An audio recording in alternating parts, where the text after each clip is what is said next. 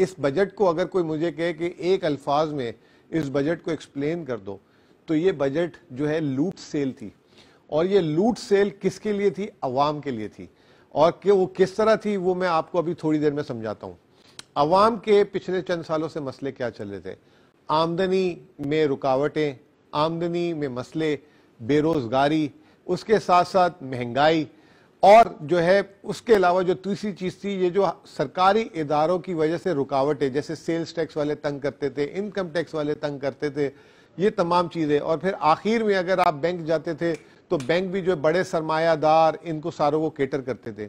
आज का बजट में जो देख रहा हूं उसमें जो है शौकत तरीन साहब, हालांकि सुनने में बड़ी मुश्किल होती थी और मैं थोड़ा सा इख्तिलाफ भी करूंगा कि उनको चाहिए था कि वो इतना बड़ा बजट स्पीच ना देते। वो जो रिलीफ की और जो उन्होंने लूट से लगाई थी वो सिर्फ उसकी बात करते जो मेरे और आपके मतलब की थी। तो उन्होंने सबसे पहले क्या इंश्योर किया कि मुल्क में पैदावार बढ़े। पैदावार जब बढ़ेगी तो उससे क्या होगा? रोजगार बढ़ेगा।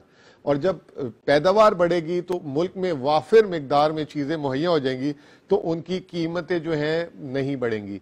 एक तो उन्होंने ये काम किया। दूसरी तरफ उन्होंने जितने भी वफाकी टैक्सेस थे, विथहोल्डिंग टैक्स, अभी छोटी सी मिसाल देता हूं, जो लोग 50,000 रुपए से ऊपर बैंक से पैसे निकालते थे उनका टैक्स कट जाता था। अभी आप 100 रुपए का मोबाइल फोन में जो है बैलेंस लोड करते थे, आपके पैसे कट जाते थे विथहोल्डिंग टैक्स। इस तरह के बेशुमार जो टैक्सेस जो डायरेक्टली बिल वास्ता कट रहे थे, उसकी शरह को कम कर दिया। फिर साथ साथ जितने कारखाने थे, जितनी दुकानदार थे, उनके लिए टैक्स में आसानियां पैदा कर दी। एक आम आदमी का इस मुल्क में मसला सवारी का था। एक गरीब या मिडिल क्लास जो लोग थे, उनका एक जो ख्वाब था कि उनके घर में भी एक गाड़ी है, तो उसके लिए जो है उन्होंने गाड़ी की सनत में इंसेंटिव दिए। पाकिस्तान में जो है इस वक्त 16-17 करोड़ लोग मोबाइल फोन का इस्तेमाल कर रहे हैं, सारा का सारा बाहर से आता था। अब उसकी मैन्युफैक्चरिंग में इंसेंटिव दे दिए कि लोगों के हाथ में मोबाइल भी सस्ते से सस्ते हाथ में आए। एक नौजवान नस्ल जो है, हमारी बहुत बड़ी नस्ल जो है, वो जो है आईटी सेक्टर, सोशल मीडिया, इस तरफ जा रही थी। उस सेक्टर को जो है टैक्स फ्री कर दिया। फार्मास्यूटिकल्स, मुल्क में दवाइयों पे जो है लोग कहते थे कि महंगी हैं, मुल्क में अद्वियात पैदा नहीं हो रही, उसको इनकरेज करने के लिए फार्मास्यूटिकल सेक्टर में जो है इंसेंटिव दे दिए कि मुल्क में दवाइयां पैदा हो।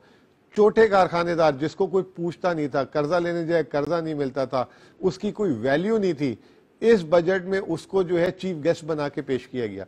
और उसके लिए जितनी मुराद हो सकती थी, उसकी सनत से रिलेटेड, उसके कारोबार से रिलेटेड, इस बजट में उसको दी गई है। साथ साथ हुकूमत ने अपने खजाने जो हैं उसके बोरिया को मुंह खोल दिए हैं। सूबों को सिर्फ जो है 608 अरब रुपए पिछले साल के मुकाबले में इजाफी देंगे। हालांकि हुकूमत ने 5,850 अरब रुपए के लगभग अपना टैक्स का तखमीना लगाया हुआ है। लोग कह रहे हैं कि जब सारे टैक्सेस कम कर दिए तो शौकत तरीन टैक्स जमा कैसे करेगा? इमरान खान के पास टैक्स आएगा कैसे? आपने, जैसे मैंने बात की कि मैं अगर इस बजट का नाम दूं, उसका नाम मैंने जैसे लूट सेल बोला है। लूट सेल जब लगाते ही हैं दुकानदार या कंपनियां, आपको क्या लगता है वो नुकसान करती हैं? वो जो है एक की जगह 4 चीजें बेचती हैं और उनका मुनाफा आम हालात से ज्यादा अच्छा हो जाता है। तो ये जो लूट सेल लगाई है, जब हम और आप चीजों की खरीदारी करेंगे, पैदावार बढ़ाएंगे, तो खुद ब खुद उसका टैक्स का हजम बढ़ जाएगा। और जो लोग इस वक्त शक व शुबात कर रहे हैं कि ये टैक्स शायद उसने बहुत ज्यादा बोल दी है, ऐसी बात नहीं है। ये टैक्स जो है मैं समझता हूं कि चुटकियों में पूरा होगा। और जब कोविड में जो है हमने 4% जो है ग्रोथ दे दी और इस साल का टैक्स का हदफ पूरा कर लिया, अगला साल तो माशाल्लाह हम जो है वैक्सीन लगा चुके होंगे और पूरी मईशत खुली होगी। मुझे तो मैं ये आपको सब्जबाग नहीं, मुझे खुद सब्जबाग नजर आ रहे हैं। तो मैं इस सारी चीज में क्रेडिट किसको दूंगा? क्रेडिट सिर्फ जाएगा एक शख्स को, वो है इमरान खान। क्योंकि वो पहले दिन से उसका ख्वाब था कि जो है एक दो नहीं एक पाकिस्तान हो, हर एक के लिए जो है एक जैसी चीजें हो, सहूलतें हो। कोई आदमी ये फील ना करे कि मुझे जो है इग्नोर करके दूसरे तबके को फायदा दिया जा रहा है।